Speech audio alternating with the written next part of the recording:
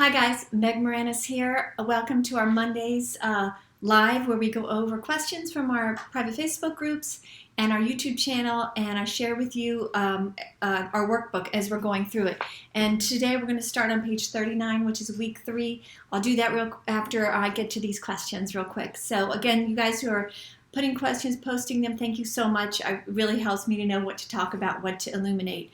So one of the first things is a really important part of building your HTM, your healthy thin mentality, is where does exercise fit in?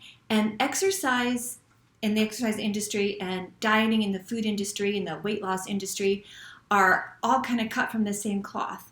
In other words, they are all, trying to get you to lose weight and be healthy and all that, but they go about it the wrong way. They go about it by imposing rules on you instead of letting you engage with the best guide that you have, which is within you, your cravings, your desire to move, your desire to exercise and all that. So back to the question someone asked, how does exercise and starting your HTM, your healthy thin mentality, how does that work?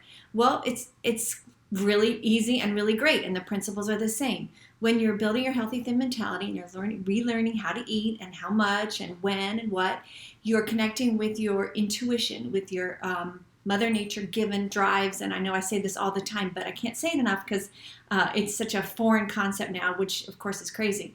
But exercise is the same way. When you exercise and you do it against what your body is even really wanting to do. In other words, when you, let's say you're told just to run, to lose weight, run, and that's the best way to lose weight, but maybe you don't like running, or maybe it's bad for your knees because of your particular anatomy, all those things, that matters. But what we tend to do is say, wow, if I don't run because I know that's the best exercise, I'm not saying that, I'm just giving an example. Well then, I'm lazy and I'll never lose weight and all that stuff. Listen, I taught fitness classes for 20 years and I was a personal trainer, and I saw this again from the inside. The people who did the best over the long term were people who did things that they enjoyed. So if you're going to a trainer, or if you're in a class, or you're participating in some program that you don't like, reconsider why you're doing that and try to find something else. Because over long term, if you are pushing yourself to do things that you don't like to do, eventually you'll crack, or you'll just end up having a less joyful relationship with exercise than you could, because there's plenty of different ways to get your body to move. And what the exercise industry has done to us is make us, first of all, think that we need to exercise more than we actually do, and that it should be, that for it to count, it needs to kind of really beat you up. And I say this a lot too, but the biggest example of that is The Biggest Loser, when they used to go out in the parking lots and move the big tires in the hot sun, and women were out there in their sports bras and shorts, and guys were out there with their stomachs showing. In other words, it was all built, to me, what I saw was bullying people, humiliating people for entertainment value. But that was such a large message, and so many people saw that. I think that really hurt the exercise industry, because it made people who were on the fence say, wow, that's really miserable, I'm just never going to do that, I'm never going to be in shape. Or it made people think, wow, that's how you have to treat your body in order to have a good physical shape, in order to be in shape. And it's not true. It's also stuff like CrossFit is great. I mean, if you want to do that, great. But it also, you also, CrossFit, for you guys who don't know about it, is pretty intense, and it's a competitive exercise program, and it's great. A lot of people love it. But if you don't love that, that doesn't mean that you can't find things that are really good for you and will really make you healthy and strong, but just not be so a huge part of your life like that. In other words, it's kind of like the food thing. Food and eating should be a happy part of your life, and that's it. And exercise should be a happy, healthy part of your life, and that's it. It should not dominate your life the way I see exercise and food issues dominating people's lives all the time. We're here to get it back into a reasonable part of your life, a reasonable amount of energy and time and emotion that you put into it. So when you're thinking about, okay, I want to build my healthy thin mentality, I want to relearn how to eat so that I'm not always going up and down in weight or gaining weight back, And while I'm doing that, I also understand that it's important for my body to move, just like it is for many other things that you do for your body to keep you healthy. It's not related to weight loss, though. It's important that you understand that unless you're an extreme athlete, you can't outrun your fork, right? You can't make exercise part of your weight loss program. It doesn't work. Exercise is there to get you healthy and strong, keep your body, lubed up, greased up, get things moving so you don't just atrophy, but separate it out from the weight loss part, okay? So you've got your healthy thin mentality, you're learning how to eat, and then you've got another very important thing, keeping your body moving. But again, the healthy thin mentality part is for weight loss. The exercise part is to be healthy. And when I say the healthy thin mentality is for weight loss, I should also say and health, because there is nothing more stressful to your body than constantly going up and down in weight and constantly cutting food off and then gorging on food and all that. So I should have said for weight loss and health, because it's really important. And that is the primary goal with your healthy thin mentality, is to be healthy and thin meaning in your happy, healthy weight range, not weird thin. It's about reconnecting with normal eating and normal movement of your body, normal exercise, not obsessive. I used to see people come into, to where I taught classes like every day, and work out really hard and do twofers, 2 in a day and all that. It's just, if you want to do that, fine, but it's not necessary. And I don't think it helps. I think what that does is make your body, your metabolism really crank, which is good because you're burning a lot of calories. But guess what? You're also really hungry all the time. So exercise to lose weight doesn't work. Exercise and weight loss are a zero-sum game, because as you follow your healthy thin mentality cues to eat or not eat, if you're revving yourself up and putting out a lot of effort, your hunger is also going to be stronger. So if you're thinking, well, I'll have a healthy thin mentality, it's good for you. Exercise because you enjoy it. Exercise because it's beautiful outside and you want to be outside. Or exercise because you have friends and you like to do whatever it is, a dance program together. Whatever it is, do it. But get the weight loss, the best exercise of all. And this, again, one of my favorite sayings and really wise, is the best exercise of all is pushing away from the table when hunger is gone. Okay, so when you are contemplating your week and your schedule and you go, wow, I could work out 3 times this week, or I could work out 4 or 5, and then maybe I'll lose more weight. Catch yourself when you say that. Say, no, that's not what it's about. 3 times a week is great. 3 times a week is sustainable. And if for you guys who like to work out more than that, great. But for you guys who are just stepping into this, do not think that you have to work out every day or 6 times a week. The benefit you get from working out 3 times a week is huge. Even 2 times a week is so much more than none. It is so much better. 1 is a little light, but it's a start. So just say to yourself, okay, my goal here is to get my body where I want it to be, right? I want to be in my happy, healthy weight range. I want to feel good. I want to have reasonable hunger and be able to satisfy it beautifully with food that I love. So I'm going to do moderate exercise, because if I really amp up the exercise, I'm going to be hungrier, and I don't have time to exercise 5 times a week, and I'm not training to be an elite athlete. I just want to feel good, and I want to have I want to feel that I'm doing the right thing for my body, and that's where we're coming from here. Again, we're not trying to be we're not trying to be elite athletes here. It's, if you are, that's a different thing. But if you just want to live a life where you fit in your clothes and you feel thin and you look good and your doctor says your numbers are good and all that stuff, this is what I'm trying to show you the way to. Okay? So I hope I've answered that question sufficiently. Let's see, I want to see this. Yeah.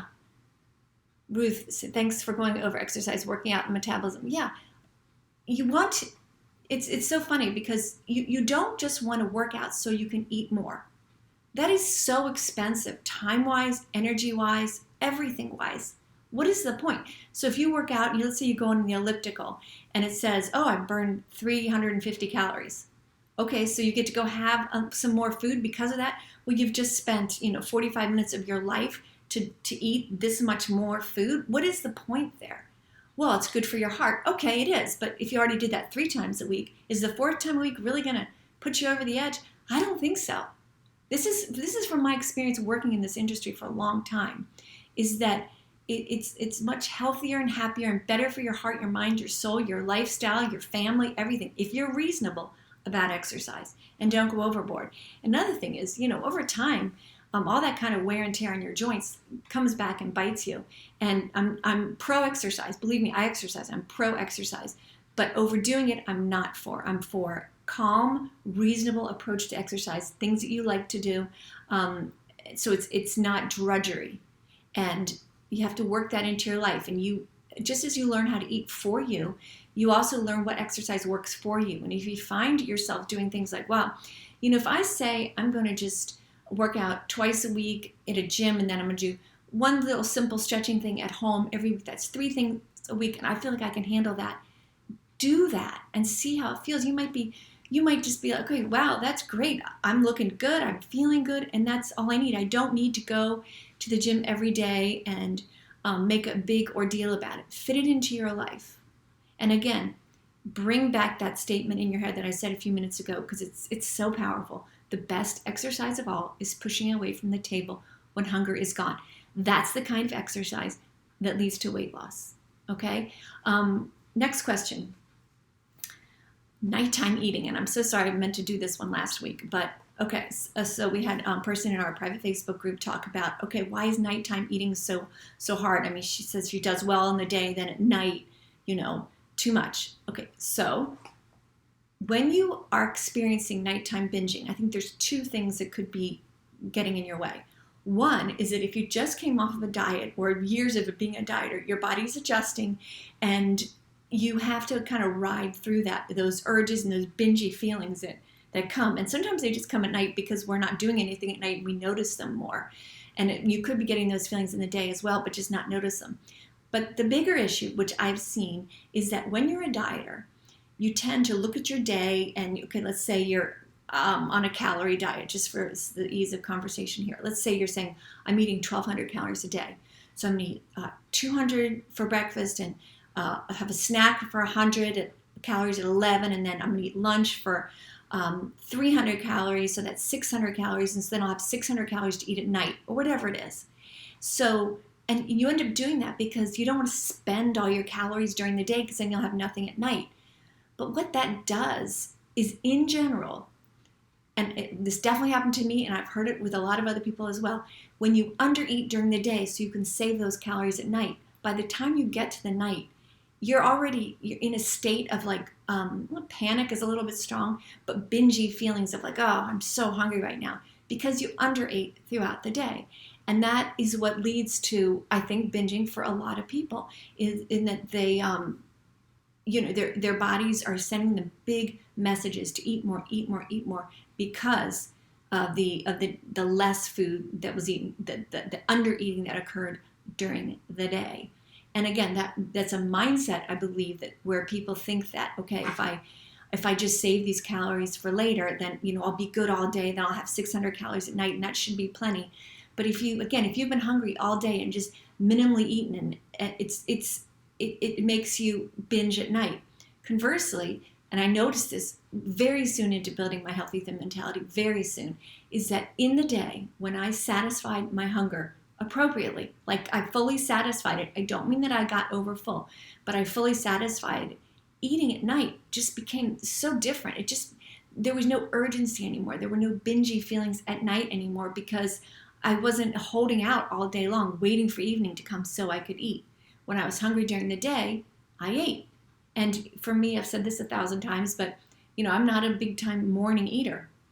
So I think I probably do pack most of my eating in kind of a short period of time, maybe within, 7 or 8 hours. I don't know. Let's say normally if I eat at like maybe 11 or something, I don't know. And I hate to even to qualify it, because every day is different. But let's say within 10 hours.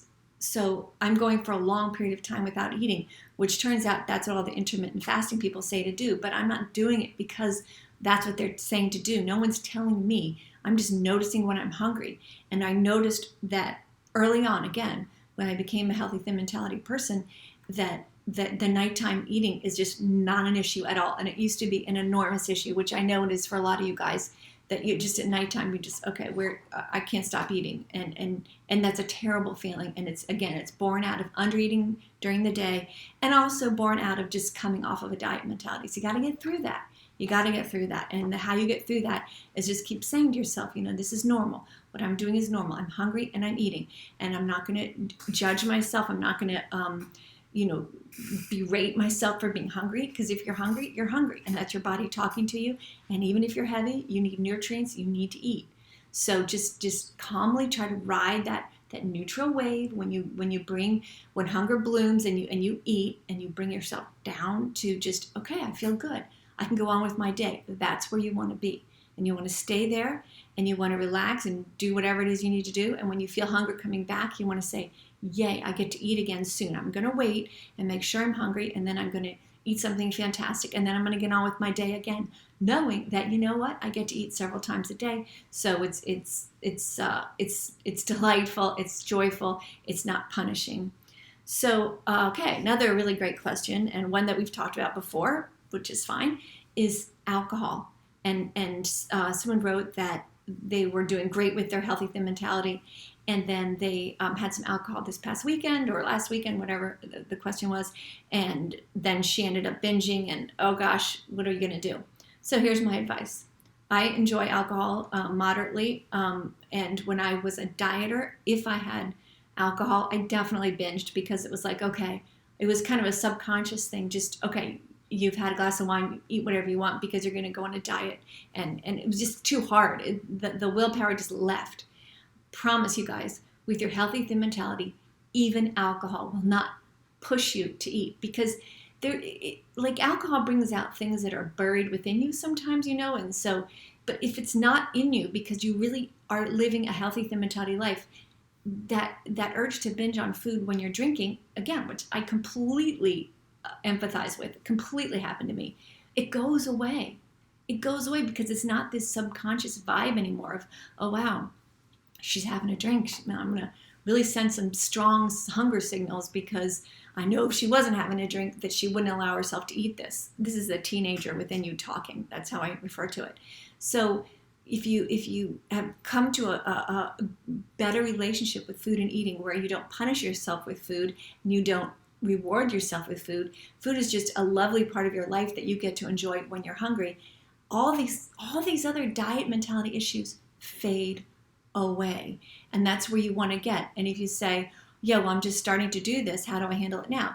Okay, my advice in the beginning when you're building a healthy thin mentality is be careful with alcohol, because if you're trying to establish a great relationship with food and eating, and that means, hunger, eat, no hunger, don't eat, and alcohol gets in the way, then be very careful with alcohol until you feel stronger with this.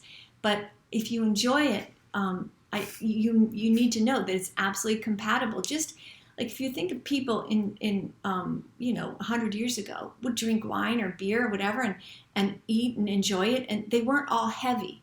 It's not because of that people are drinking more or less now. It's nothing to do with that. It's our attitude and how we relate to food and eating. So, and alcohol. It's when you're hungry, eat. And when you're not hungry, you don't eat. And then, even if you have a drink, when you're hungry, you eat. When you're not hungry, you don't eat. And that alcohol doesn't ignite anything in your head, because you're already calm. You're already, well, what's the big deal? I'm having a drink. What's the big deal? I can eat whatever I want, even if I'm not having a drink. It's just that little push towards eating, it goes away. I promise that's true. And if you'd have told me that when I was just learning how to be a healthy thin mentality eater, I wouldn't have believed it either. So if you're going, I can't imagine that. I'm always going to feel like, being bad when I drink or whatever. No, you really won't. And that's a beautiful thing. So thank you for those questions, guys. Please keep them coming so I know what to talk about again. We're going to go in the beginning of week 3 now. If you guys who are with me or watching later have the workbook, in the beginning of each chapter we have a great quote. And I think I mentioned this one last week because it's one of my favorite. Eat like a thin person and you will become one. Eat like a dieter and you will be a dieter for the rest of your life, or until you build your healthy thin mentality instead. Because if you eating like a thin person is what we're doing here, is what we're learning how to do. And what the only thing that thin people have in common, naturally thin people, not dieters. We don't want to be dieters. That's a miserable life. It really is. And if you know somebody who's a dieter and they seem fine, well, I've known a lot of people and I've known a lot of dieters, and there's a lot of rigid joylessness from always fearing food and controlling food and not just being able to enjoy one of these great pleasures in life. So anyway, if so, we want to eat like a thin person, a naturally thin person who isn't afraid of food, who doesn't overthink food all the time, who definitely reaches towards, nutritious food, but also reaches towards sweets and all kinds of foods, and has a normal, healthy, stable, balanced relationship towards food and eating. That's what we're going for here. That's when I say eat like a thin person. I mean a naturally thin person who's never been on a diet, doesn't have all these weird diet mentality thoughts.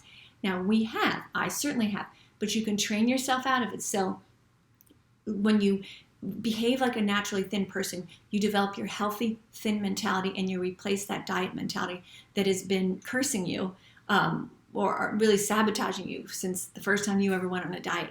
So there's that life. And then there's a life of, oh, I want to be thin like her. She's a dieter. I'm going to eat like her. Okay, that's a life that is way less happy and joyful than it needs to be. And there are people who do that and are thin because they diet all the time. But you're here, you're watching this because you're interested in not dieting and still having a healthy, thin body that you're proud of. That's what we're doing here. So it's so funny. It's not funny. It's really awful. And I did this for years that, that person's doing this diet or this celebrity's doing this diet, or maybe I could do that. But why are we copying dieters? Why are we copying dieters to be thin? Being a dieter and being thin are completely different. We want to copy healthy, thin mentality people who have that great relationship with food and eating and who are thin, right? Do you want to copy the person who's counting grapes on their plate? No. Do you want to copy the person who orders Diet Coke and salad at every meal? No. You want to embrace life and all its gusto and beauty and food and do it in a way that's compatible with your body being the size and shape that you want it to be. And of course, this is possible. This is normal eating. This is what people used to do before the diet industry swept in and gave us all these negative diet thoughts that made us think, A, to be thin, you dieted. No, to be a dieter, you diet. To be thin, you behave like a healthy, thin, naturally thin person. And that's what we're reinforcing here. So when you see someone you know who's a dieter or who's dieted and lost weight, or if you just know anybody and you're like, oh, but I could just do that and be a dieter. Listen, if that worked, you wouldn't be here watching this, right? And I did it for years and years and years. It doesn't work unless you're just one of those very rigid people who just constantly bullies your body. And there's so few that even can do that or want to do that. But the random 1 in 1,000 people, seriously, it's a very small number who does that, kind of gives us hope that we can do that. Let go of that hope and instead point yourself into the direction of behaving like a naturally thin, non-dieting person. That's what we're doing here. Where a naturally thin person will have, I remember being a dieter and I like orange juice and I remember never drinking it because, there's calories in it. Well, no, that's a diet mentality. If you want some orange juice and you're a naturally thin person, you drink it. Do you drink a ton? No, because you'd be surprised how quickly these little cravings you have go away. It doesn't take a lot. But when you deny, then eventually you binge on stuff like that, or you drink a whole bunch of it, and it is a high calorie thing. But if you're a healthy thin mentality person, you have some, you're like, wow, that's great. I'm good now. I can move on with my day. I can do something else. So that's really, really important. That's a big part of your healthy thin mentality. Another example would be like a dieters drink Diet Coke and all that horrible, chemically terrible stuff. And instead of drinking like a small serving of something with actual calories in it, because I think that's so much more nutritious. Wrong. That is a poisonous concoction. Most of them, I have to say, like all those different chemicals. If you read the label on a soft drink can that's diet, just or regular soft drinks aren't great for you either. But if you're going to choose between having a small serving of real Coke or a bunch of Diet Coke all day long, pick the small serving of real Coke. Okay, unless you're diabetic or whatever. But a naturally thin person just has a little bit of the real stuff. and wouldn't dream of guzzling down buckets and buckets of diet drinks because, well, it's free food, there's no sugar in it. Yeah, well, there's a lot of other stuff in it. And if you give yourself a break from those drinks, like I went off of them years ago, and I used to totally hydrate myself with Diet Coke, so I know what I'm talking about. Now you couldn't pay me to drink one. They taste so nasty to me, but we get used to it, and we think, oh yeah, this is good. Just like in life, we get used to stuff, but no, it's not good, and it's bad for you. I remember I had a neurosurgeon once tell me it pickled your brain. Yeah, that was the day that I quit. Anyway, so in the beginning of week 3, make sure, just like every week, you go through and you have food with you. You have, just so if you don't have to eat preventatively, because you know there's always food with you. You will always be able to have a little something if you're hungry, so you don't have to worry about, I should eat more now because I may not be around food. No, you just eat calmly what you're hungry for, knowing that if you were wrong and you're really hungry in 20 minutes, you don't have to be panicked. You have a little something in your desk at work or your purse, whatever. I say that all the time. But do that. Take care of yourself that way. That's normal behavior to anticipate that you might need something and have it taken care of, instead of guiltily saying, well, I just probably shouldn't eat anything because I already ate lunch. Well, if you're hungry, eat, period. If you're hungry, eat. How much? Enough to quiet hunger. And what should you eat? What your body's craving, period. Move on with your day. There's way more important things to think about.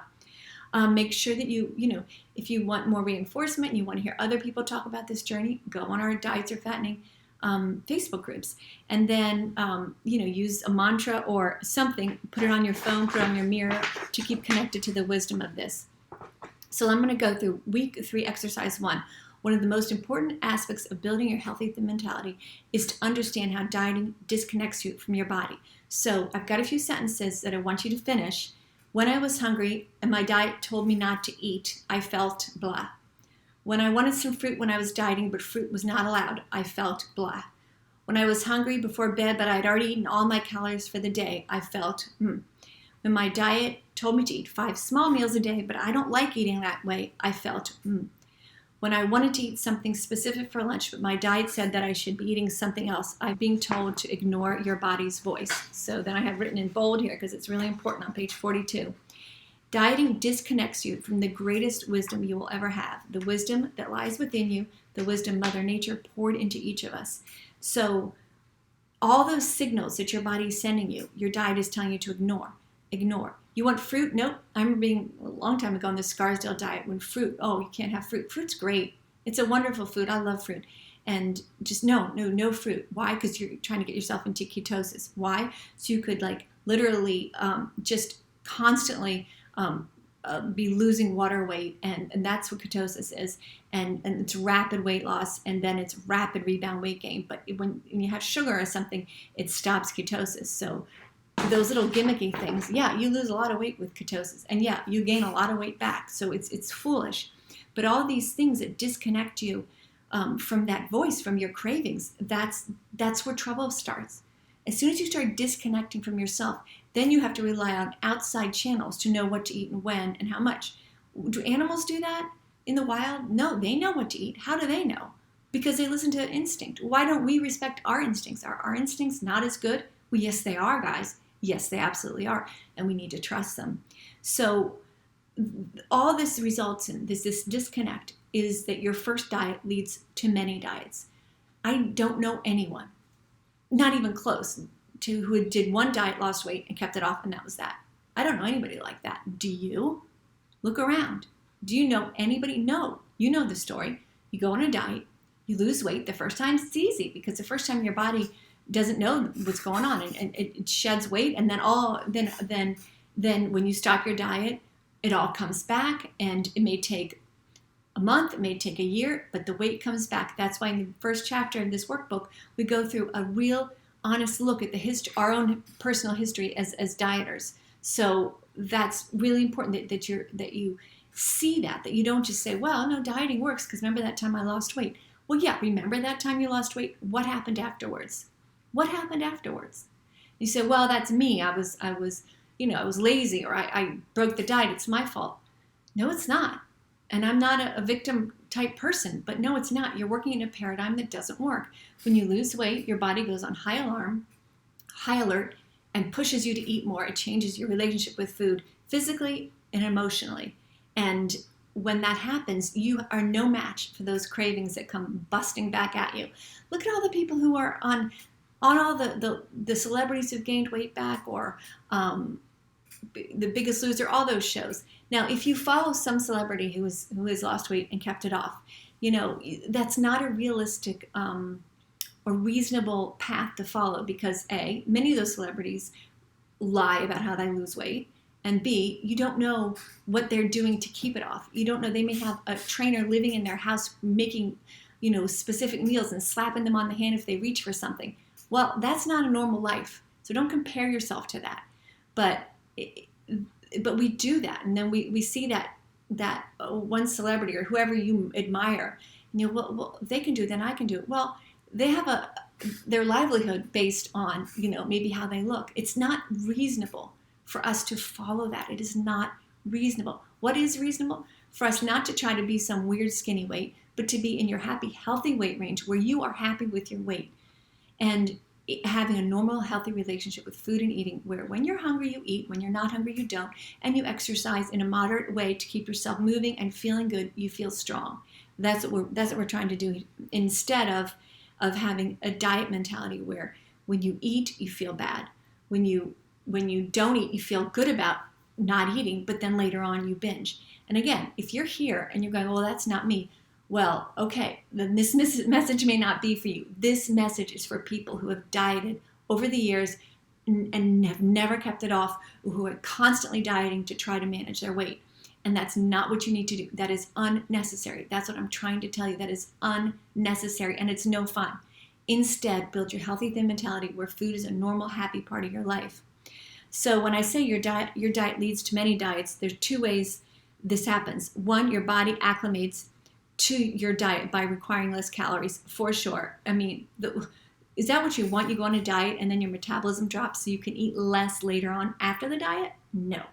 And then your hunger, satiety, and cravings become harder to hear as you train yourself to eat food by rules instead of your own instincts. So you're kind of left like, okay, wow, I don't even know if I'm hungry. I don't even know what to eat. I don't even know what foods I actually really like. That's what dieting does to you. It handicaps you. It takes away the guide that you were born with. And in the book and in the workbook, I talk about, remember what it was like when you were a little kid. If you weren't an overweight child, if you were not an overweight child in particular, but even if you were, remember what your relationship with food was like. It was part of you. It's like, oh, I like this, but I don't like this. And you go around the table at lunch and people would say, oh yeah, I love this, but I don't eat this. Oh, I ate 22 of these last night. Or what, you talked about food in a joyful, happy way. And it wasn't fraught with the guilt and the diet mentality thoughts that we have now. And you can get rid of them. And when you get rid of them, everything changes for the better. And that's what we're here trying to do. So it's just a sad irony that your first diet, which is meant to be your, okay, I'm too heavy now, I want to lose weight, leads to more diets. And that first diet is so easy and works. And so you always have to have that in your head that, well, it worked that one time for me. And you forget that the next 10 times it didn't. And you gained weight back quickly and it was harder and blah, blah, blah. And then, you also, if you have kids or other people in your life looking to you, that's perpetuated them because your children see that and they go, okay, well, so my mom or my dad, they were heavy and they went on a diet and that's what they did. So then that's what the next generation does. So in the back of their head, even if let's say they're young and they're thinking whether or not they're really hungry, should they eat more or whatever, and they go, well, what the heck, I'm going to end up on a diet because that's what everyone around me does, so I'll just eat this anyway. It changes how you relate to food in the present, and staying in the present is the key, the absolute key tool of a healthy thin mentality. It's not thinking about the past, you're not thinking about the future, you're not wishing you didn't eat that yesterday or thinking I'm going to exercise later. It's all right in this moment. Am I hungry? I know it's so simple, and I think sometimes the simplicity of this is perhaps makes people think, well, it can't be that simple. So it's a detriment to this message, but embrace it because it's the truth. Eat when you're hungry. Delay eating more until hunger reemerges, and it will be fantastic. If this message is helpful to you guys, please like, share, subscribe. Send questions either on YouTube or on Facebook. I go through them and pick ones that I think are ones that we need to talk about the most or that I haven't talked about in a while. I really appreciate you being here, trying to get this message out. We'll be back again next Monday, noon live. And I will also shoot another video out later this week. So again, thank you for being here. And you can do this. Listen, if I can do this, if I can build a healthy thin mentality after all I went through, so can you. I was a dieter for 25 years, and there is no comparison to the joy and happiness of being a healthy thin mentality person versus a dieter. I promise.